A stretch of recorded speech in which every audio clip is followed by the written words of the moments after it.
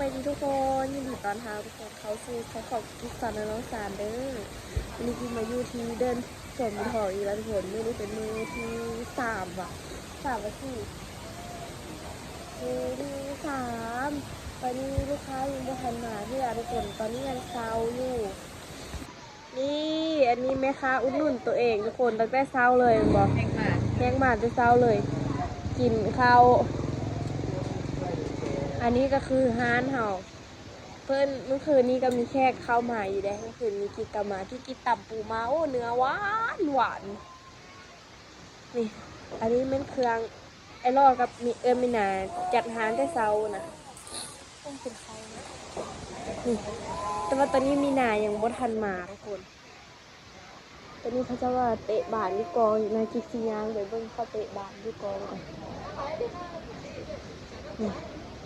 ตอนนี้บางห้านก็เปิดแน่บางห้านก็บ่ทันเปิดเพราะว่าเขาจะยังนอนบ่ตื่นส่วนห้านทางข้างเหล่านี้เพิ่นว่ามื้อวันที่20ที่20จึงมาเปิดเพราะว่ามื้อบุญแท้ๆหันแม่นมื้อวันเที่ยงเด้อ9 เป็นของ9หาเป็นของ19/52แต่ว่าเฮามาไวเนาะ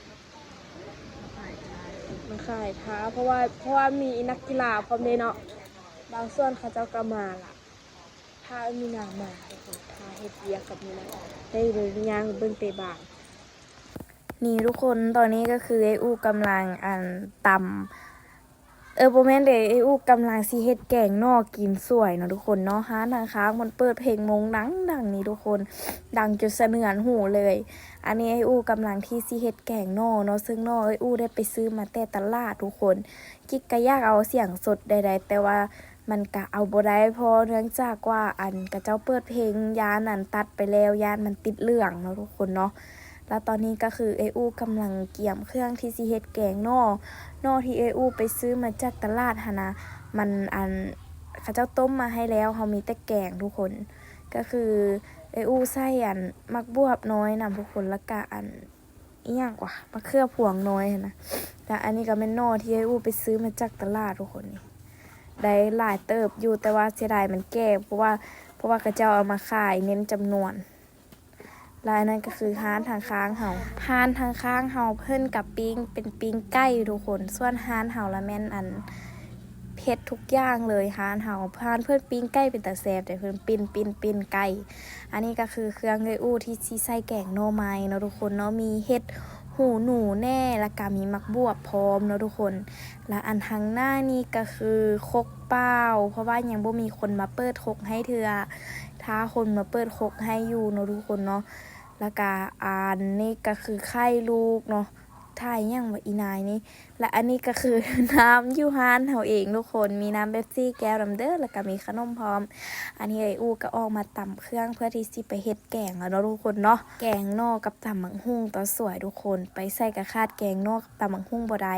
อันนั้นเป็นร้านทางค้างเฮาที่กูกิกเว้าไปก็คือปิ้นไก่เพิ่นเฮ็ดเป็นตะคักขนาดทุกคนปิ้นเลยมื้อนี้ยังบ่แม่นมื้อแท้ๆทุกคนเพราะว่ามื้อนี้แม่นมื้อวันที่17เนาะทุกคนเนาะก็คือมันบ่ค่อยมีคนเลยทุกคนเพราะว่ายังบ่แม่นมื้อแท้มีแต่เขาเจ้ามาเตะบานซื่อๆอันนี้ก็คือมะเขือทุกคนมะเขือสีม่วงเอาใส่ตำโอ้ยมันน่าแซ่บแฮงมะเขืออันนี้กรอบอีกทุกคนเอ้ยเป็นตะคักแท้อันนี้ก็คือไอ้อูกำลังตำเครื่องเพื่อที่เอาไปใส่แกงนออันนี้ก็คือมีข้าวเบื่อและมักเผ็ดเนาะทุกคนเนาะไอ้อูก็เว้ากิกกับบ่ฮู้ว่าไอ้อูเว้าหยังแน่เพราะว่าเฮาเอาเสียงบ่ได้เพราะเฮาย่านมีเพลงส่วนเฮามานั่งพากคลิปแนวนี้ก็บ่ค่อยคักเท่าเอาเสียงสดแล่เนาะทุกคนเนาะเพราะว่าบ่ฮู้ว่าอีหยังเป็นอีหยังเลยแล้วตอนนี้ไอ้อูกำลังย่างไปใส่กับบ่ฮู้ย่างมานำไอ้อูเด้อทุกคนเด้อว่าไอ้อูสิไปใส่เรามาใส่เนาะเรามาเอาหยังเนาะเรามาเอานอกับอันนี้ลงหม้อทุกคนเรามาเอาหม้อเรามาเอานอและเครื่องแกงลงหม้อแล้วเฮาก็สิเกี่ยมเฮาบ่ได้ใส่ใบยานางย้อนว่าเฮาบ่มีเนาะทุกคนเนาะบ่ได้เก็บไปแต่เฮือนบ่ฮู้ว่าสิเฮ็ดแกงน้อยอู้บ่ได้บอกกุกกิกเอาใบยานางไปแล้วอู้ก็มีวิธีแก้พอให้น้ำมันเข้มข้นขึ้นมาหน่อยนึงนั่นก็คือเอาใบผักปังมาตำใส่กับข้าวเบื่อที่เฮาเฮ็ดไว้ทุกคนใบผักปังมาตำใส่เพราะให้มันเป็นสีเขียวมันก็สามารถกินได้คือกันแต่ว่ามันก็สิบ่กลมกล่อมทอใบย่านางเนาะทุกคนเนาะ อันนี้ก็คือตำไออูเว้าหยังกับโบโฮเอายานางมาใส่กระสือสิคักก้อนเพราะยานางมันเป็นน้ำยาที่มันเข้มข้นเนาะเราก็ว่าประมาณนี้แหละคือยานางอยู่นะเหือนกูกินนี่หลายๆเด้อทุกคนแต่ว่าเฮาบ่ได้เอาไปเนื่องจากบ่ได้มีคำสั่งบ่ฮู้ว่าเพิ่นสิเฮ็ดหยังกินเด้แต่ว่าบัดนี้มาเพิ่นบอกว่าสิเฮ็ดแกงหน่อและตำบักหุ่งแล้วก็เลยเป็นแกงหน่อขี้คานในอูเว้าน่ะและอันนี้ก็คือใบผักปังที่เฮาตำไว้ฮะเนาะทุกคนเนาะไออูรู้สึกว่ามันบ่เคี่ยวดีไออูแล้วก็ได้ย่างไปเอามาใส่อีกย่านมันบ่เข้มข้นคักค่ะนะทุกคนอันนี้แม่นทานทางหน้าตำเฮาก็ขายตำในหลายๆอย่างเลยทุกคนตำมีแบบครบสุดเลยยกทะเลมาอยู่ฮานเลยเครื่องตำเฮาครบสุดแซ่บอร่อยมากค่ะแล้วบัดนี้ไออูฮั่นเพิ่นก็ได้ไปย่างเอาใบผักปังมาแล้วไปเทียมฮอยแล้วก็มาตำใส่อีกทุกคนเอาใบผักปังใส่ก็คล้ายๆคือยานางหั่นแหละมันก็สีเขียวคือกันมันสามารถเอายอดใบมักบวบหรือว่าใบมักพริกมาตำใส่ส่วนใบมักบวบหั่นถ้าเอามาเฮ็ดยองคือยานางนี่เป็นคือยานางเลยทุกคนน้ำสีเข้มข้นอันนี้สองเลยน้องเพื่อนพากันไปซื้อน้ำมากินทุกคนน้ำบิงซุนอยู่ทางถึงเนาะทุกคนเนาะแต่ว่ากิ๊กบ่ได้ไปน้ำเพิ่นบ่ฮู้ว่าเพิ่นไปเดี๋ยวถ่ายคลิปแล้วกิ๊กสินำไปเพราะว่ากิ๊กก็อยากน้ำแห้งแล้วเดี๋ยวเฮาก็สิเริ่มกินข้าวกินน้ำแล้วทุกคนนะหลังจากที่เฮาตำเครื่องใส่แล้วไปที่เงียบฮอยเนาะทุกคนเนาะอันนี้ก็คือเพิ่นพากันลมกันว่าอันเรื่องน้ำพะนะทุกคนสร้างแนวนึงได้แนวนึงแต่ว่าเพิ่นสร้างหันเป็นราคาประมาณ 23,000 นี่แหละแต่ว่าเงินเพิ่นบ่พอเพิ่นเลยได้จ่าย 20,000 กูกิกก็เงินเหลือ 20,000 สิได้ไปซื้อน้ำ 20,000 มากินเนาะทุกคนเนาะอันนี้ก็คือเพิ่นสั่งอันชานมไข่มุกเพิ่มไข่มุก 3,000 แต่ว่าเขาเจ้าหันลงเฮ็ดจอกใหญ่แล้วก็เพิ่มไข่มุกให้พอดีเป็น23แต่ว่า2คนเพิ่นไปมีเงิน 20,000 เหมือนว่าจ่ายคนละ 20,000 เป็น 40แล้วเฮาไปกินข้าวกันเด้อทุกคนเด้อตอนนี้นะเพราะว่าเฮ็ดแล้วล่ะทุกคนตาทามมาอีกมื้อนึงทุกคนกิ๊กบ่ได้ถ่ายคลิปต่อเมื่อวานนี้มีมาแวะออโต้ตอนเช้าทุกคนแล้วสิออกไปหาว้าอีหยังอันนี้วะโตให้วะโตห้องคนมาห้าโตบ่มีคนมาห้าโตต้นลิ้นอยู่คอกผู้เดียววะ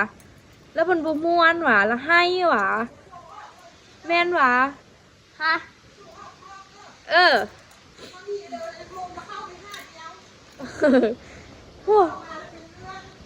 เมื่อกี้มีคนมาห้าเพิ่นไห้เมื่อกี้สิไปตัดผักเลยแตกเลยวะแตกเลยวะเมื่อวานนี้โตบ่สบายเหรอเมื่อวานนี้ฮะบอกเมื่อวานนี้โตเป็นยังมาเข้าในมาเมื่อกี้เข้ามาไปขับรถก่อนเอามาให้ไปขับรถได้มาเอามาเต้นให้เบิ่งได้ดูน้อยเต้นดูโตเฮ้ยน้อยโอ้ยช่างมันดิมันใส่เกิบอยู่เลยทุกคนกดเกิบบ้างเนาะกดเนาะที่กดเกิบให้ตัวเด้อโอ้เอาอีกวะมาเอาอีกมาโอ้เอาใช่ปะเอามากิ๊กใส่ให้มาเอาไว้ซะ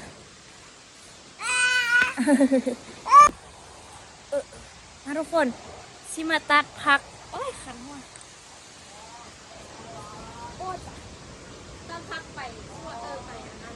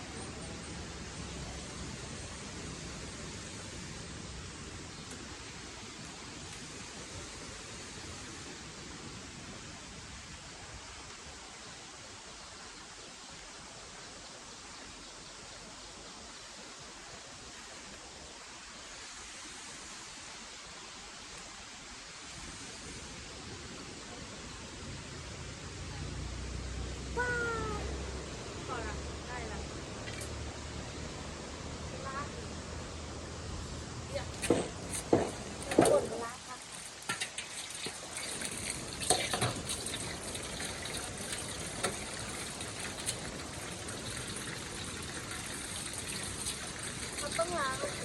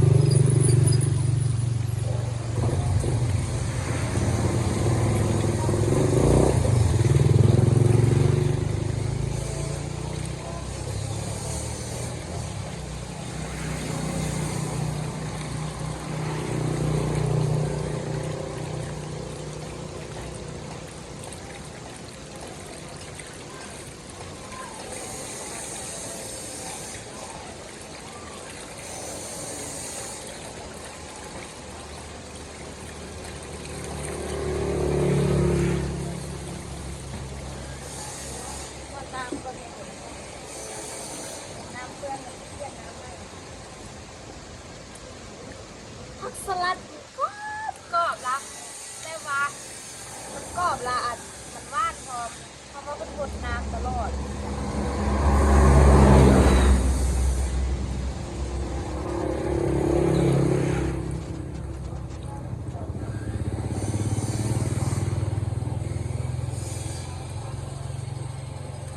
นี่แกยังมัก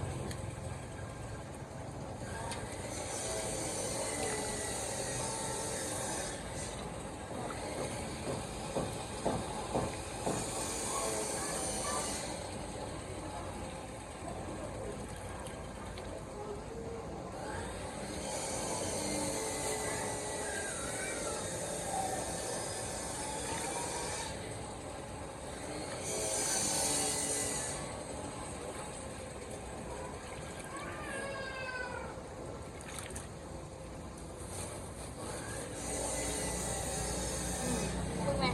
ใช่ใช่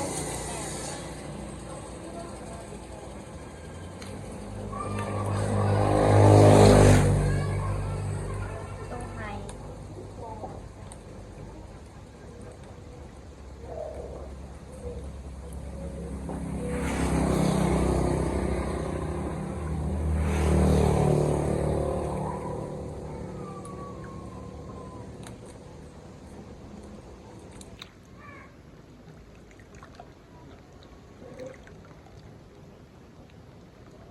กรอบขนาดทุก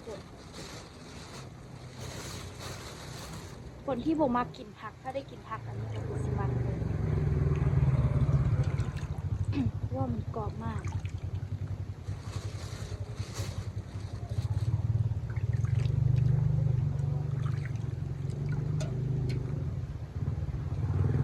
มีเยอะปากตัวมีเยอะเกลือตัวปากนะ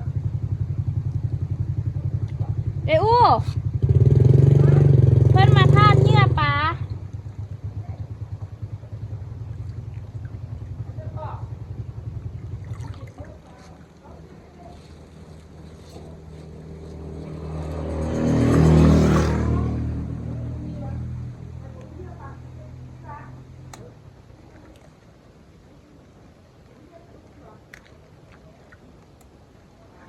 ทุกคนตัวนี้เยอะขนาดดูไหมกรอบแบบกรอบสุดๆเลยมันเลยนี่เขากินมันนี่มันด่างกรอบๆเลย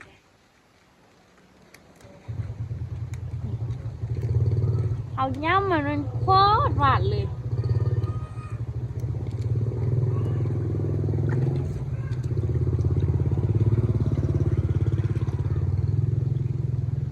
ผักเขาต้องเก็บไปสดใหม่ทุกมื้อเลยนะเพราะว่าผักเขาบ่ได้ซื้อทุกคนเขาเก็บไปเพื่อละพอขายมื้อนึงแล้วก็พอ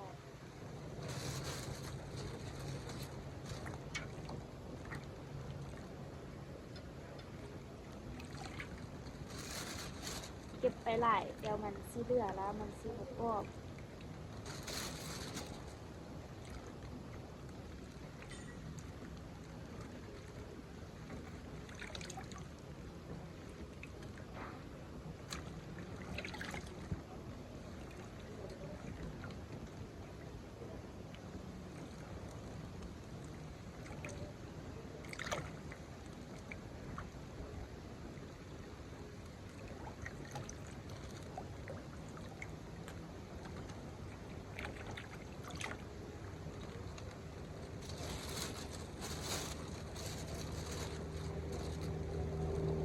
ล้างพักก่อนเด้อนี่ทุกคนตอนนี้กำลังเดินทางไปห้างกับไปอู่สวยละกิ๊กไปส่งน้องแล้วเติมน้ำมันแล้วกลับมาคืนก่อนนี่แล้วพักไป ฝุ่นตาแดดเบื่อ ไอ้ซะวันนี้บ่ได้ซักยาซะบ่ะเอามู มันรักรักที่เป็นแค่โถ เออ จะโถ แม่นได้เนาะเพิ่นก็เข้ากาดเลยเนาะเอาอู้ไปเมื่อวานนี้บ่ได้ซักว่ะ รักต้อง โอ้ไปห้านกันทุกคนนี่ทุกคนตัดภาพมาหาอีกตอนหนึงแล้วเนาะทุกคนเนาะตอนนี้ก็เป็นตอนแดงแล้วคิดก็มาฮ้อนเหือนแล้วบ่ได้ถ่ายคลิปอยู่เถิงมันให้ทุกคนเบิ่งดนดูเพราะว่ามีเสียงเพลงทุกคนเสียงเพลงดังสนั่นนึงเลยแบบตุ้มตุ้มตุ้มตุ้มตุ้มตุ้มตุ้มตุ้มตุ้มหนึ่งเลยทุกคนพี่ก็เก็บพักไปส่งเพิ่นเนาะทุกคนเนาะมื้อเช้านี่เมื่อวานนี้แล้วแม่นอันแขกมาหลายมื้อนี้หันเงียบจนว่าคิดทันได้นอนหันนอนกับบ่หลับดอกทุกคนตาหลับแต่ว่าหูนี่นอนบ่หลับเพราะว่าเสียงเพลงเพราะว่าก็จะเปิดเพลงมันก็ฟดเพราะว่าทางล่างนั้นเป็นฮานกุ้งไก่เจ้าลิ้นแล้วก็เจ้าก็แขกแล้วก็กำฮ้อนเหือนละมื้อนี้ยังแม่นมื้อวันที่18อยู่ทุกคนยังบ่แม่นมื้อลิ้นแท้มื้ออื่นทันแม่นมื้อที่กระเจ้ากินเจียงมื้ออื่นนี่น่าจะบ่มีคนออกมาเลาะเพราะว่าคนมงกระเจ้าหันถือเนาะทุกคนเนาะบ่พากันออกเหือนมั้งประมาณนี้แหละที่ได้ยินมาลามือวันที่สาวแม่นมือลินแท้21แล้วก็22แล้วก็นั่นล่ะสาว21 22ลิน3มือเนาะทุกคนเนาะเดี๋ยวมือนี้กิ๊กไปก่อนทุกคนเจอกันในคลิปหน้าเด้อบ๊ายบาย